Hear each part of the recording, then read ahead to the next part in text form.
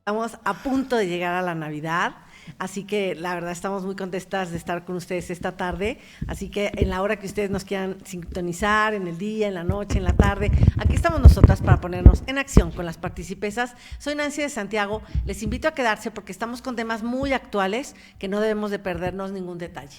Quédense. Amigos, ¿qué tal? Buenas tardes. Es un gusto estar de nueva cuenta con ustedes y vamos a dar paso a temas muy importantes, relevantes para nuestro país.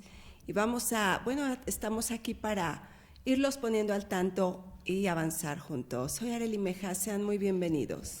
Así es, amigos. Pues bueno, vamos a hablar, fíjense, del tema de moda, pero es un tema realmente fundamental. Yo soy catedrática y a mí me tiene indignadísima el asunto de la usurpación de funciones de Yasmín Esquivel. Yo ya no le puedo llamar ministra, yo ya no le puedo llamar licenciada. Obviamente su maestría y su doctorado pues tampoco ya no son algo que realmente podamos considerar válido. ¿A qué me refiero? Todos ya sabemos que la señora, que es la principal candidata y la favorita al parecer del mandatario nacional, no tiene una tesis de grado válida, ¿sí?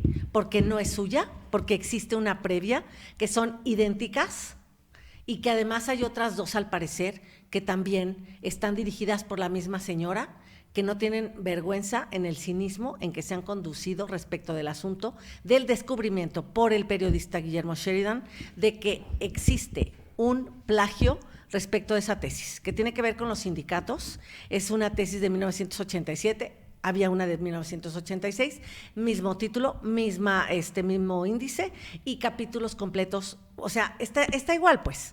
Quiero que sepan que yo cuando iba a titularme en la Universidad de la Sallista Benavente, que es incorporada a la UNAM, por ahí me traía dando vueltas como a todos los sustentantes mi director de tesis y me comentó: Nancy, hemos estado muy ocupados, disculpa, ya casi llego a tu tesis, pero resulta que tenemos un plagio, entonces andamos viendo todas las pruebas del caso, porque obviamente esta persona pues no le vamos a dar el grado. Entonces fíjense, o sea, estamos hablando de que es algo que a una universidad le debe de ocupar. A todo investigador que se dedica de tiempo completo a la docencia, obviamente a la investigación, se le da una serie de incentivos por el número de tesis que dirige.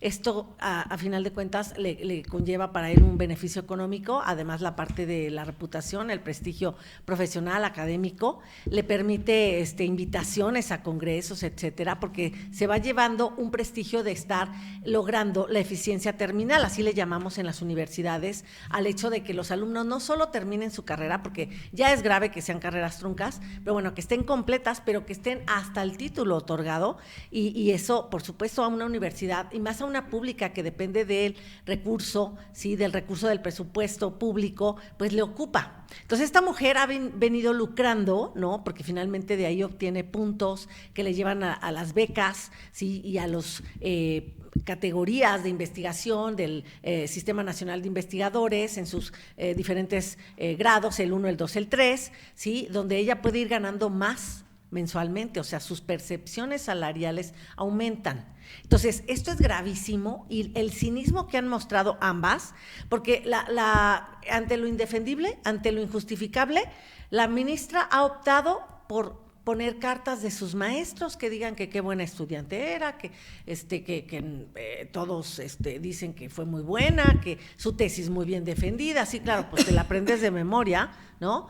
Y ha optado también por pedirle que escriba cartas la señora Rodríguez Ortiz, que es precisamente Marta Rodríguez Ortiz, su asesora de tesis, para que por supuesto ella también pues valide, ¿no? Que pues no, que la tesis sí es real y sí fue hecha y que no es falsa. Eso es lo que dice esta señora, verdaderamente impresentables las dos. Una para seguir siendo una investigadora en la UNAM, ¿no? Y que por supuesto pueda decirse que ella ha realizado un trabajo justo, profesional, un trabajo académico respetable, pues imagínense, diciendo esas cosas ya que están las evidencias.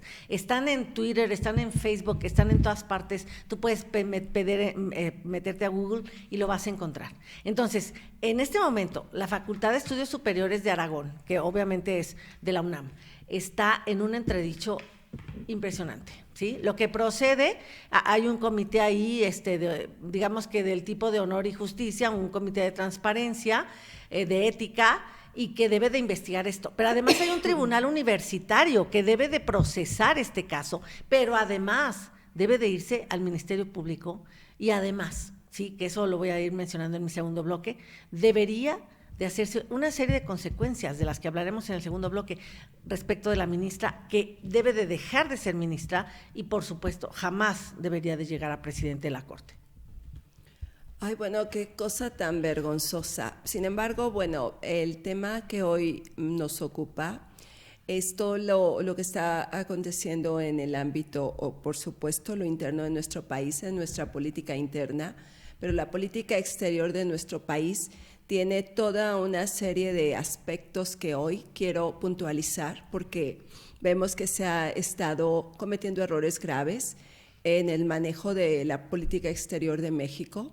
No es ahora, es desde que inició este periodo del gobierno de la 4T, porque anterior a esto, en la política interna de nuestro país, estamos muy conscientes, llevamos muy claro.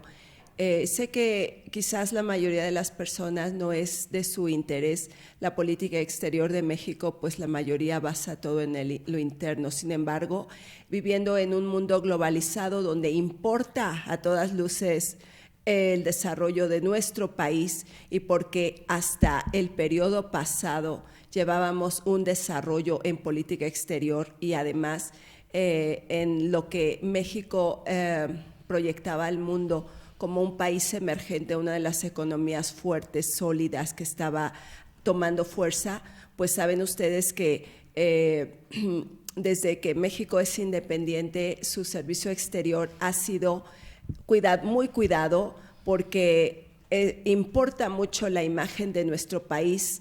Bueno, era importante hasta el 2018 que terminó el anterior gestión pública del presidente Enrique Peña Nieto, porque se buscaba el desarrollo, avance y proyección fuerte de México en el ámbito internacional. No ahora con este gobierno de la 4T, que lo único que ha hecho es ir en deterioro y detrimento de nuestra nación ante los ojos del mundo. Y por eso lo digo, porque miren, la política del gobierno de la 4T se ha caracterizado por ser oportunista, por ser baja, de bajo nivel. ¿Y por qué lo digo? Porque en el Plan Nacional de Desarrollo que llevaba vigente hasta el 2018, precisamente porque esto es impulsado por el gobierno del presidente Enrique Peña Nieto, y quiero aclarar, no estoy avalando nada, puesto que ha habido errores, pero jamás como lo tenemos en la historia de nuestro país, en este gobierno de la 4T, porque hoy estamos viviendo un periodo bastante caído, donde la proyección de nuestro país se está empobreciendo, donde hemos caído 2 peldaños en el tema económico, porque estando en el 15º lugar como una economía fuerte y sólida, hemos caído al lugar 17, donde otros países que eran menos avanzados que el nuestro nos han rebasado. Y saben una cosa, ¿cómo es posible que buscando el crecimiento o habiendo sido engañados por el gobierno de la 4T de que creceríamos? No vemos eso, al contrario, vamos en un retroceso, se estancó el desarrollo de México. Lo que era esta planeación que traían los gobiernos neoliberales, que fue hasta finales del siglo pasado, en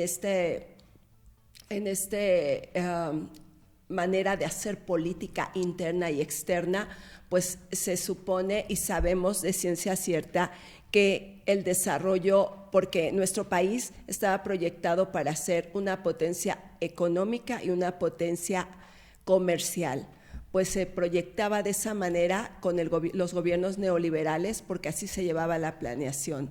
Entonces, hoy vemos que esto es muy importante que lo mencione, amigos, porque para mí este retroceso que está viviendo nuestro país nos está dando hoy muestra de por qué está en este gobierno de la 4T su política exterior, que lo decía en el programa pasado el doctor Sánchez Berzain como un país que es México, un gobierno que sirve a las dictaduras, un gobierno paradictatorial, que es nuestro país.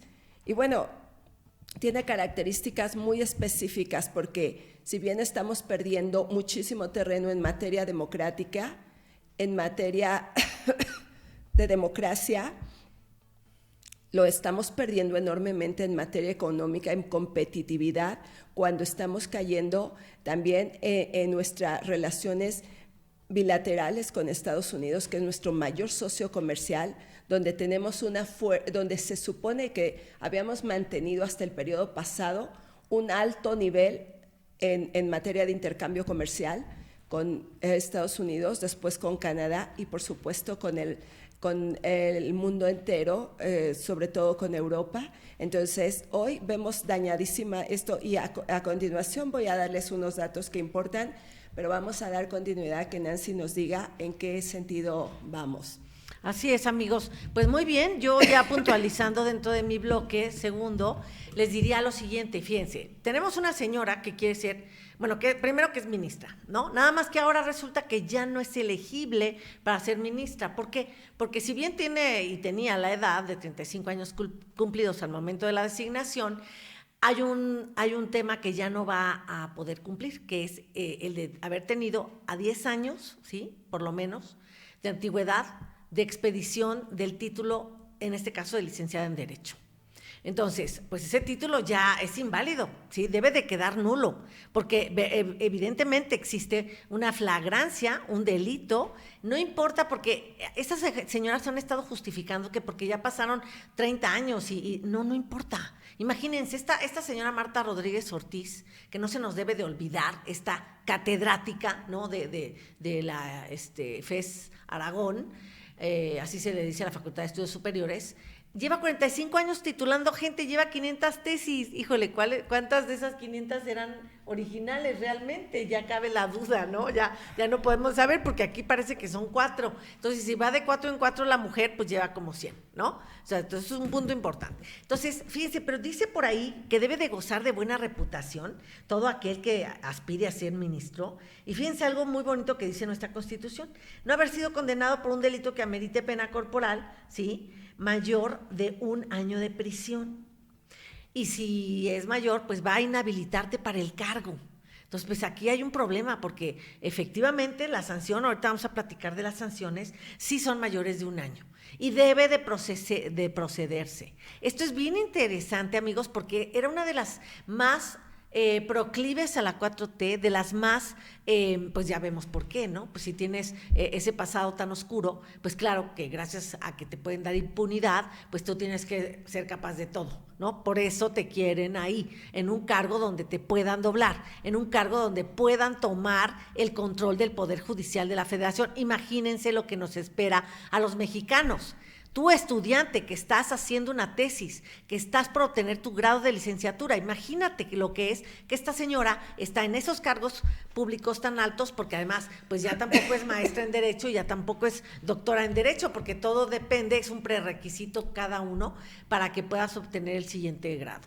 Entonces, además dice muy claro, fíjense que esto es muy, muy importante, porque deben de recaer preferentemente los nombramientos de los ministros en personas, ¿sí? Fíjense, que se hayan distinguido, que hayan servido a la patria con eficiencia, capacidad y probidad en la impartición de justicia.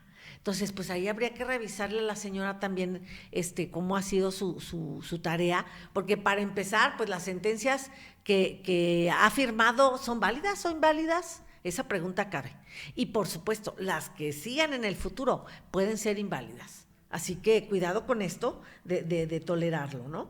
Y entonces, fíjense, aquí hay algo bien interesante, porque, bueno, obviamente que se tiene uno que haber distinguido por su competencia, por sus antecedentes profesionales en el ejercicio público. Bueno, la señora durante este tiempo que lleva de ministra de la Corte, por lo que se ha distinguido es por votar a favor de la 4T. Eso es de lo que se ha distinguido, ¿sí? Pero fíjense cómo se nombra un ministro, porque aquí es bien interesante. El presidente hace una terna, la presenta al Senado, el Senado tiene que votar por mayoría calificada de 2/3 partes. Si no logran el consenso a la primera, pues entonces obviamente el presidente puede designar el que quiera, pero si le rechazan la terna entera, que le ha sucedido no solo a López, por supuesto que le sucedió porque son puros personajes que están vinculados a la 4T, entonces le rechazaron la terna entera. ¿Qué hizo el señor? Volvió a poner la misma terna, porque tiene el derecho de poner otra terna. Él puso a los mismos. Y claro, otra vez no se los aprobaron, y entonces, pues, ¿qué hizo? Pues puso los que él quiso, y entonces puso a la ministra que estamos hablando, ¿no? Claro, él sabe muy bien, él necesita gente sucia para poder tenerla dominada, controlada, y poder hacer lo que quiere con la destrucción del país. Sí, porque ya no nos tragamos eso de la transformación. Entonces, fíjense, amigos, ¿qué delitos ha incurrido la señora Esquivel? ¿No? Porque yo sí ya le voy a llamar señora, porque pues ya no resultó licenciada, por ende, pues ya no resultó máster en Derecho y pues tampoco doctora, ¿no? Entonces, la señora Esquivel, pues obviamente estamos hablando de una posible falsificación de documentos junto con Marta Rodríguez Ortiz. ¿Aquí por qué? Porque fíjense, aquí lo que se trata precisamente, el delito tiene pena de prisión de 4 a 8 años y de 200 a 300 días multa, ¿sí? Porque además, en el caso de Marta, como era una servidora pública como catedrática de tiempo completo de la UNAM, pues le pueden agregar una mitad más de la pena. ¿Sí? De la pena establecida. Entonces, bueno, efectivamente aquí va a cometer este delito el que extienda un documento, ¿sí? Y le atribuya a la persona a la que lo hace una calidad o una investidura o circunstancia que no tenga, ¿sí? Y que sea necesaria para la validez del acto. Entonces, bueno, ella, en primera, Marta, pues sí tiene una investidura de profesora de tiempo completo, etcétera, etcétera, pero bueno, pues va a ser un documento que va a atribuirle a alguien que ella sabe que no está cumpliendo porque no elaboró una tesis original, no presentó y sustentó un examen recepcional sobre una tesis original, y entonces están falseando un se llama acta de examen, ¿sí? Acta de examen de grado de licenciatura en este caso. Entonces, bueno, pues ahí a mí me parece ya tenemos un problema. Pero luego viene, salvo la mejor opinión de un penalista, pero viene uno que está muy claro, que es el de usurpación de funciones públicas o de profesión, ¿sí? Y entonces aquí estamos hablando de alguien que usa grados jerárquicos, en este caso el de ministro de la Corte, ¿sí? Y la sanción es de 1 a 6 años y multa de 100 a 300 días sin tener título profesional o autorización para ejercer alguna profesión reglamentada, expedidas por autoridades u organismos legalmente capacitados para ello, conforme a las disposiciones reglamentarias. Oigan, bueno, pues es que aquí lo que sucede es que violaron todas las disposiciones reglamentarias. Entonces, pues, ¿cuál es esta posibilidad realmente que puedan tener tanto la maestra Rodríguez Ortiz, como la ministra de la Corte, de que se mantenga válido este título? Pues yo lo veo verdaderamente complicado, ¿sí? Entonces aquí, para terminar, fíjense nada más, porque esto es importante, estamos hablando de que en este caso, cuando se use un título o autorización para ejercer alguna actividad profesional sin tener derecho a ello, o sea, ella ha estado viviendo y usurpando el título de licenciada en Derecho que no obtuvo legalmente, ¿sí?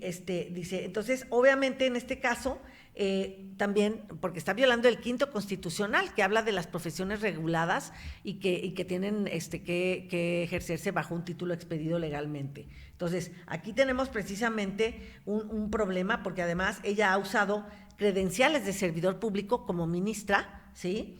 Y que evidentemente no tiene derecho a ellas. Y entonces aquí también tenemos una sanción, decíamos al principio de esto, que puede estar dentro de 1 a 6 años de prisión y multa de 100 a 300 días.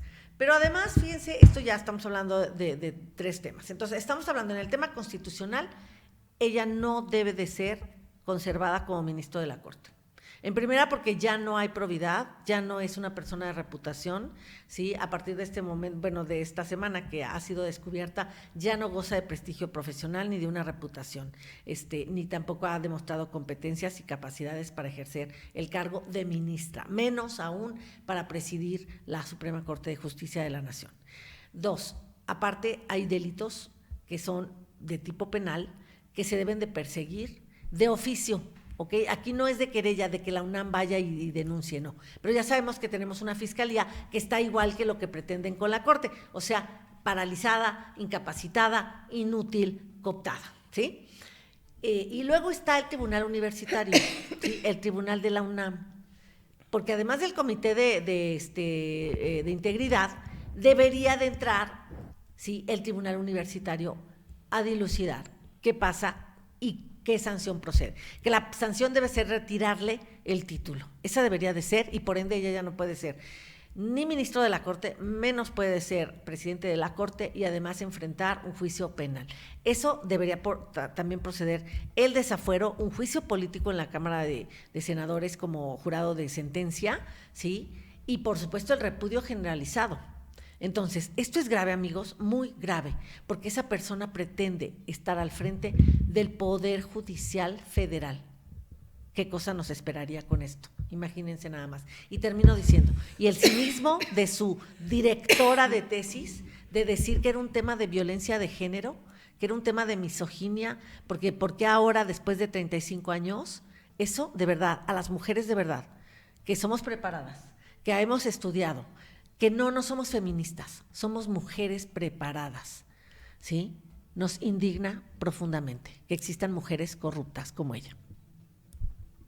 Me quedo pensando porque para mí fue un placer hacer mi tesis, investigarla a profundidad, mi tesis de licenciatura, cuando hice mi tesis de maestría, cuando me especialicé, de verdad, yo no sé por qué, no puedo entender eso, Nancy, y si es vergonzoso, porque con qué cara te pones ahí, o sea, ¿no piensas que te van a descubrir? Si todo sale a la luz siempre. Dice que no hay nada que pueda estar oculto, y es cierto. Además, cuando se trata de algo que estás haciendo mal, por supuesto que sale a la luz. Es una vergüenza. Yo, o sea, ¿cómo nos podríamos atrever? Fíjate, Nancy, con el grado de influencias que ellas tienen ahora, que los está avalando el presidente de la República para tanta corrupción. Qué vergüenza, porque no solo quedan mal ellos, quedan mal todos sus jefes, todo el mundo, porque además no hubo una investigación profunda. Yo de verdad ya ni siquiera meterse en ese tema, porque no me gustaría estar en los zapatos de alguien que pase por una vergüenza tan grande. ¿Te acuerdas cuando le pasó a este señor, el esposo de Erendira Sandoval? Ackerman también, que su título de doctorado era falso. O sea, terrible. Es terrible. ¿Saben lo que cuesta estudiar y prepararse? Nosotras hemos llegado a un grado de doctoras en Derecho. Y es estudiar mucho y es estarse, y no es solamente hasta entonces, es continuar, porque como todo sigue avanzando, tenemos que estar actualizando, tenemos que estar preparadas y tenemos que seguir estudiando. Qué pena, pero ay no, a mí de verdad ni siquiera tocar el tema ya, porque me da mucha pena por ellos. Bueno, miren, amigos, me interesa mucho el aspecto de lo que se está manejando en el exterior, en lo cómo nos ven a los mexicanos. Hubo por ahí una declaración que han hecho varios personajes del Perú, con lo que se trata ahora de declarar como persona non grata al embajador de México en Perú. Y saben, es una tristeza, porque leyendo yo sobre él, pues sí, es un diplomático de carrera, de verdad, es un diplomático que se fue formando desde los gobiernos anteriores, donde, saben, en la política exterior de nuestro país siempre se observó que a este principio de no intervención fue un eje rector en la política exterior de nuestro país. Y tan se sabe también el tema que está establecido incluso en los tratados internacionales, y como México siempre ha sido observador de todos estos tratados, y para ir en la línea, porque por eso es el derecho internacional público, porque tiene que haber un orden en todo el concierto internacional en los estados. Todo tiene un orden que está basado en convenciones, en costumbre, cómo se ha ido formando el derecho internacional en el mundo entero. Y precisamente México, siendo parte de estos tratados y habiendo observado siempre, porque además México ha sido el padre de doctrinas importantísimas como aquella también de la no intervención en los países, y también es precisamente en la Convención de Viena que se establece en el artículo 9 que un embajador o un agente diplomático no puede intervenir en los asuntos internos del país donde él es acreditado. No se puede. Es un principio fundamental que nos marca el artículo 9. Dice, el Estado receptor podrá en cualquier momento y sin tener que exponer los motivos de su decisión, comunicar al Estado acreditante o jefe u otro miembro del personal diplomático de la misión que es persona non grata. O sea, y si no acatase la orden de si se le declara persona non grata, está obligado a abandonar el país y salir y regresar a su país porque ya no está siendo bien recibido en el país. Pero y si no lo hiciere, es que entonces pierde todas las facultades de ser tomado en cuenta y respetado como un agente diplomático o como un embajador o como un cónsul. Entonces, cuando se le declara así a este señor, la razón es muy sencilla, porque se ha metido a intervenir en asuntos de política interna del Perú cuando no le tocaba, no es su posición, no tenía por qué hacerlo. Pero claro, como la política exterior de México está puesta al servicio de las dictaduras emanadas del Foro de Sao Paulo, pues le da la orden el presidente de México al secretario de Relaciones Exteriores y a su vez le dice al embajador que vaya y atienda al presidente caído, al presidente derrocado, que vaya y lo atienda para que pues saber qué puede hacer por él, a ver cómo lo puede defender para evitar su caída, pero además, y si no se puede, pues que le dé asilo político en la embajada, cosa que no, o sea, podía hacerlo sí, pero no él hacer las veces de presentarse con él en donde estaba en un ministerio público o en un tribunal donde estaban llamando a declarar al presidente Castillo. ¿Por qué va el embajador a asistirlo? Si no es mexicano. Ese es un principio que es absolutamente absurdo porque el embajador de México en cualquier país, su función es ir a asistir a connacionales, no al presidente de ese país, pues que no tiene quien lo represente ahí. Ahí en primer lugar, si el presidente Castillo ya no está siendo presidente porque ya lo han destituido, ahí tiene que defenderlo un abogado peruano. Pero ¿por qué el embajador de México? Bueno, eso es un principio que a la gente se le escapa a entender. Y entonces nos ponen muy mal el gobierno de México porque se vuelve a reiterar lo que nos dijo el doctor Sánchez Berzaín el programa pasado, que México tiene su política exterior puesta al servicio de las dictaduras. Así de sencillo, qué terrible. Así es, amigos. Pues bueno, vamos a un corte y volvemos, no se vayan.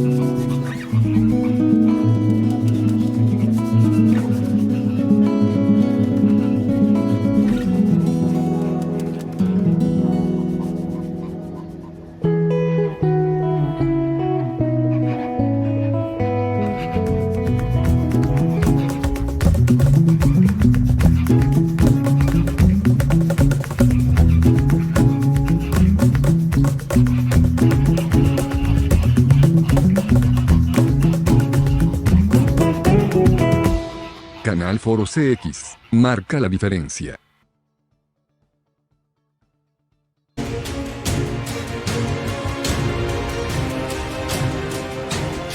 Canal Foro CX, marca la diferencia.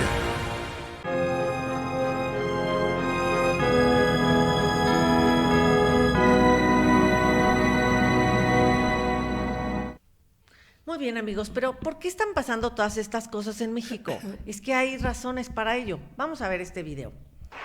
Yo soy idealista y entonces sí admiro a los hombres de el poder, los que ejercen el poder. Es el caso de Fidel y el Che.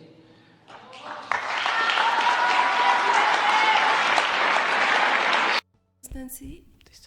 Ay, amigos, ¿cómo ven? En esa reunión de diputados y senadores se atreve a decir que admira al Che y a Fidel, un par de asesinos.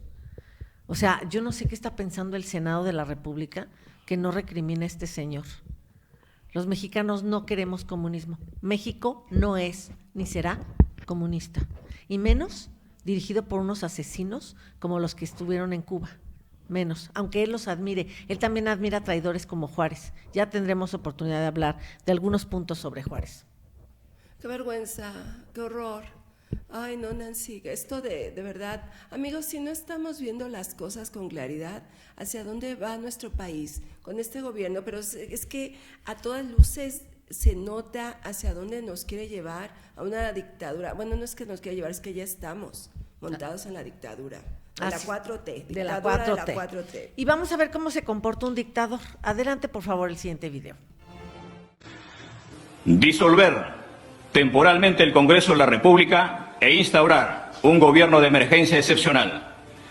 Convocar en el más breve plazo a elecciones para un nuevo Congreso con facultades constituyentes para elaborar una nueva Constitución en un plazo no mayor de 9 meses.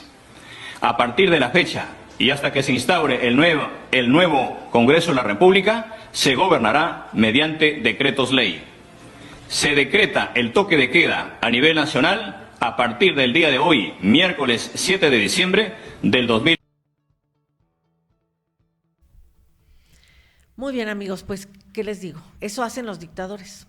Disuelven el Congreso, o sea, que es otro poder. Obviamente se van también contra el Poder Judicial, porque pues, les estorba la división de poderes, los contrapesos. Se van contra las fiscalías que sí sean autónomas, porque cuando no es autónoma, pues ¿para qué te quitas de la fiscalía? Y se vuelven el único que va a gobernar, y te van a gobernar por decretos, o sea, una emisión de órdenes desde el Ejecutivo. Ese es un decreto, ¿sí? Son mandamientos del Ejecutivo. Entonces va a gobernar solo. Yo creo que en México, porque tenemos vigente aún la Constitución y no la ha podido disolver este gobierno, porque su intento ya lo tuvo, ¿te acuerdas, Nancy? Pero claro que quisiera él gobernar mediante decretos. ¿Qué acaban de hacer ahorita con el Instituto Nacional Electoral? Casi fue por un tema de decreto, por pedirle al Congreso que le apruebe su plan B el presidente, cuando bien claro estábamos diciendo, pues de esta manera van ellos posesionándose, los dictadores, porque van queriendo abarcar el poder, ganarlo, acapararlo lo más posible, y no puede ser, o sea, como nos están viendo en el exterior, nos dicen muy claro, aguas mexicanos, porque las cosas están muy duras. Bueno, es lo que está pasando y lo que se ha dado en otros países que también están en el mismo, pues están en la misma situación que México. Vamos para atrás con este gobierno. Yo espero de verdad podamos resolverlo. Yo creo que la sociedad mexicana, todos los grupos hoy se deben estar uniendo ya, porque estamos viendo el peligro real para México. Así es, amigos. Y fíjense, en lo que va lo de Perú ya llegaron asiladas la señora y sus hijos, ¿sí? Y además estamos viendo también que ya viene de regreso nuestro embajador. Se van a quedar las embajadas abiertas, o sea, no vamos a dejar de tener algunas relaciones comerciales porque a nadie le conviene perderlas. Es terrible lo que está pasando. Amigos, es Navidad. Queremos pedirte que apoyes al asilo de ancianos, aquí en Celaya, Guanajuato, ya sabes, ahí en la esquina con Albino García y Francisco Juárez, venden piñatas de 3 tamaños, así que ojalá que puedas ir para comprar la tuya. y ya estaremos hablando aquí de la movilización ciudadana que viene. Soy Nancy de Santiago, les agradezco mucho por su presencia esta tarde con nosotras, les deseo que pasen una feliz Navidad, y así como debe de ser, feliz Navidad, es el nacimiento del Niño Dios que estamos conmemorando en el mundo cristiano. Yo los espero la próxima emisión para ponernos en acción con las participesas. Muchas gracias. Amigos, que la Nochebuena que tengan mañana sea lo más bello, feliz, en compañía de todos sus seres queridos, su familia. Que pasen una noche hermosa, con una cena deliciosa, que tengan mucho amor, paz, salud y bienestar. Y que Dios bendiga a México y bendiga a sus hogares. Soy Arely Meja. Hasta la próxima. Feliz Navidad.